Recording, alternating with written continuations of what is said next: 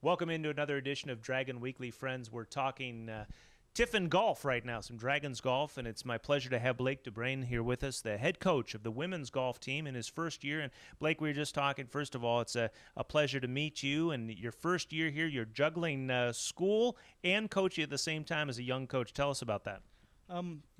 Finishing up my undergrad and senior in my last semester, taking 18 credit hours, so juggling that and golf coaching, it's been a wonderful semester, bit rough, but getting through it okay. And you guys just had a tournament up in Mercyhurst, the Mercyhurst Invitational, and this last weekend. Tell us about how you did. Correct. We played up at Mercyhurst, Downing's golf course. Set up great for the girls. We did okay the first round, struggled a little bit, but really came back the second round, jumped up a few spots, ended up finishing 5 out of 8. Which was really good for the girls. I think they were happy with how it ended up.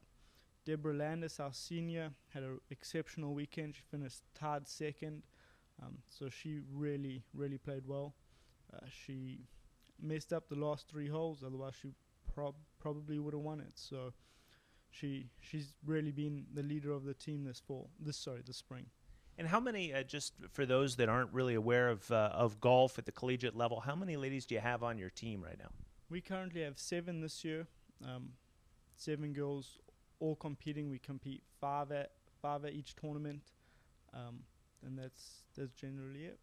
And then, it's fascinating. We were just talking. I just met you a few moments ago, and obviously with the accent, I knew you were not from the United States originally. Tell us about your background and what brought you to Northwest Ohio here at Tiffin. Always had a passion for golf. Really enjoyed golf. Been playing golf all my life. It was a big dream of mine to come play golf in the States, and was given that opportunity by my parents and coaches at Tiffin University. So jumped up on the opportunity to come play. Played here for 2 years. It was a great experience, and want to keep going, playing and coaching at the same time. And where is home for you? South Africa. So. And I have to ask you, we just finished up this weekend watching the Masters. I'm sure you had your eye on it as well as a golf fan. Your thoughts. Finally, an Australian wins the Masters. But I also want to ask you just your thoughts on the tournament, but also the mental part of the game, because as a coach, you have to coach that, and it's a huge mental part of the game in golf, clearly. And I was amazed at Adam Scott. He thought maybe he was going to win it, and then Angel Cabrera has that amazing shot on 18, basically taps in to force a playoff. Now all of a sudden Adam Scott's going to go back out there and compete. Oh, Adam Scott did a great job. I'm really impressed that he won a major. I think he deserves it. The mental side of the game is a lot more than you ever expect. I think they say golf is 90% mental, 10% playing. So coaching the girls, I focus a lot on mental side, making sure they know what they're doing day in, day out, making sure they're able to control their mind, really stay in the presence of playing golf on a shot-by-shot basis. For you guys, the next up, you play up in Michigan. Tell us about this weekend. Yep, we head up to Northwood, Michigan this weekend. Got the Northwood Invitational, last tournament before our GLIAC Championship, so really trying to build on the momentum of this weekend, have another good finish next weekend, and go and proving to be a good start at GLIACs. Blake, it was a pleasure meeting you. Best of luck this weekend. Thank you very much. That's Blake DeBrain talking Tiffin Golf here on Dragon Weekly. We continue on Dragon Weekly talking softball now. Jeff Nickerson joins us, and Tiffin Dragons had 2 games this week. You played Walsh 1-1. Talk about the week that was. We got rained out for our game on Sunday, which was at Lake Erie, so we just ended up with a doubleheader at Walsh. Didn't come out, probably did not give us our best performance on the week. We definitely hung in to win the first game. The first game went 12 innings, and we battled and ended up winning that 4-3 with the tiebreaker situation. For softball, in the 10th inning, they placed a runner at second base. But we still went 3 innings before anybody finally scored, and we just hung on to win. It wasn't a pretty win by any means. It wasn't a great effort by our team, and but I guess we just gutted it out, and we did more things better than they did for some reason. Fortunate for us. They only come back in the second game, play just about as flat as we did the first game, and they come back and they beat us. I mean, they just they come out, they did what they needed to do to win, execute, and win the game. We had a lot of opportunities to score and didn't take advantage of that. A lot of runners in second and third, less than one out, and we just couldn't put the ball in play when we needed to, and push a couple more runs across the plate, make it maybe a little bit tighter going into the last inning. So just unfortunate for us that the girls see their capabilities, the things they can do, and to step out and play like that, it was just kind of disheartening as a coach. Well, now you look ahead in a huge week. You've got 8 games this week. You've got a huge week ahead and some tough teams ahead, too. And not only 4 doubleheaders, but some teams that you're looking up at in the standings. So a big challenge for you this week. Huge challenge for us. You're right. Yeah, we are sitting, I think, tied 4th place, tied for 5th, whichever way you want to call it. But with every team ahead of us right now that we got coming up this weekend, we got Ohio Dominican. We're starting off with them. I think they're in 2nd or 3rd place. And then you got Grand Valley and Ferris State coming in on the weekend, and then we also had a makeup game with Northwood on Thursday. So extremely strong week, a lot of great competition, and hopefully that we can go out there and play like we're capable for 4 days in a row, because we're going to need to. If we don't, we could easily be 0-8 on the week, and that'd be extremely disappointing for our team and probably send us right out of the conference tournament. Well, when you look at the standings, you said it. You've got some big games and some very tough teams coming in. You guys are in the top 8 right now, but you just hit on a very important point. You can't fall flat this week. You've got to win some games to make sure you stay in that mix for the postseason. Absolutely. We just got to make sure that we stay in the top 8. I feel like we can play with everybody when we play our A game. So if we can do that this week, and this week is going to be huge for us to kind of ensure us getting that position of being in the top 8.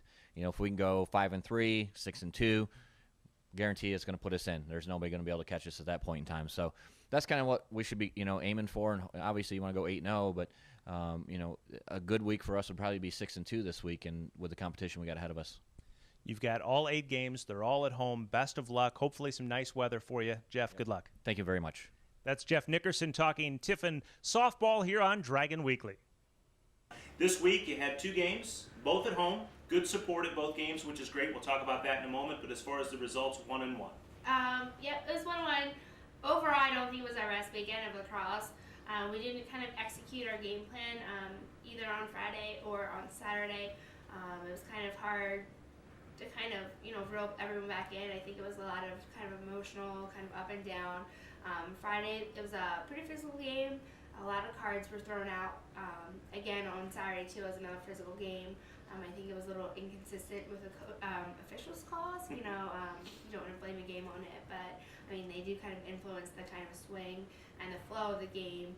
I think we had 6 cards on Saturday as opposed to Grand Valley's 2, so I think there was a little bit of inconsistency there. And again, on Friday, very physical game, a lot of slashing going on. A lot of kind of errant checks too. So I think it was couldn't reel ourselves back in kind of to the point that I wanted to.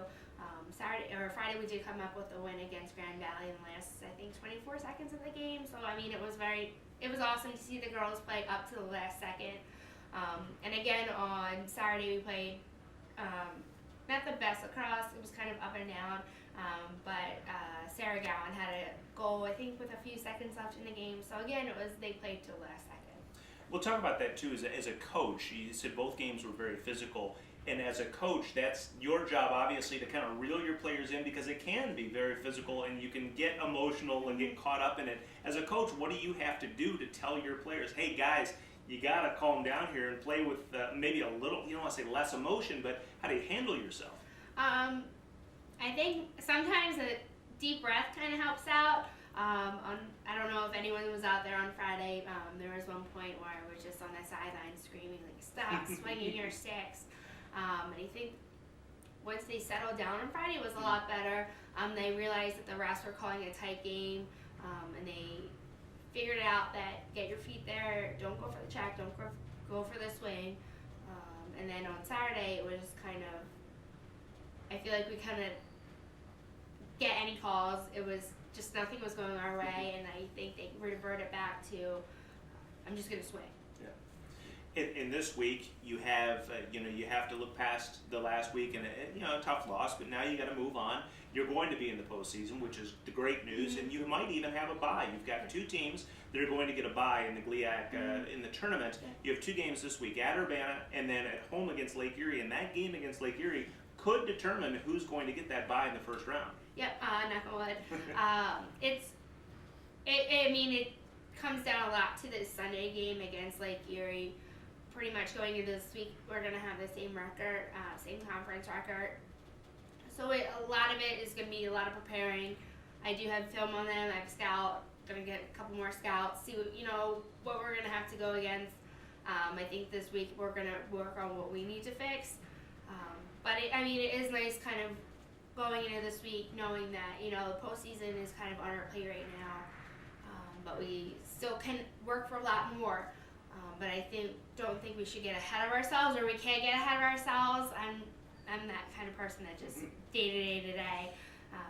But I think the girls understand that a lot rides on this Sunday game. It's our senior game too. These seniors have been here from the beginning, so I think a lot of emotions are going to go into the Sunday game. If we can just figure some stuff out this week, it's going to be a really good game for us, a really good challenge for us. And I think Coach Hallie up there at Lake Erie is doing a great job this year. And lastly, you were talking before we started here about the support. You guys had a couple of home games this last week, and you had tremendous support. That's great to see students, fans coming out to Frost Colonial Stadium and watching you play. That's great. It was phenomenal. It was a pretty chilly weekend too. A lot of hats and gloves in the stands. But it was just phenomenal that the students were out there supporting other student athletes. There were a lot of student athletes in the stands. I think a lot of soccer players, football players, and the men's basketball team, along with I think volleyball was there, women's basketball too. And it was just really great. I think there's a lot of buzz on campus for our players on the lacrosse team. That they're like, yeah, coach, like I'll be walking down or in class and they'll be like, oh, you play lacrosse, it's awesome. So I think it's really great. It's a newer sport here at Tiffin and just in the area. But there's a lot of buzz that lacrosse is a fun sport to come out and watch, and pretty competitive too. So I think for the people that were out this weekend, they really were able to kind of enjoy 2 really good competitive lacrosse games. Well, it's great to see the support. You should be very proud of what you've done so far with this team, and best of luck this week. Thanks so much. Appreciate it. That's Erica Brown talking Tiffin Dragons lacrosse here on Dragon Weekly.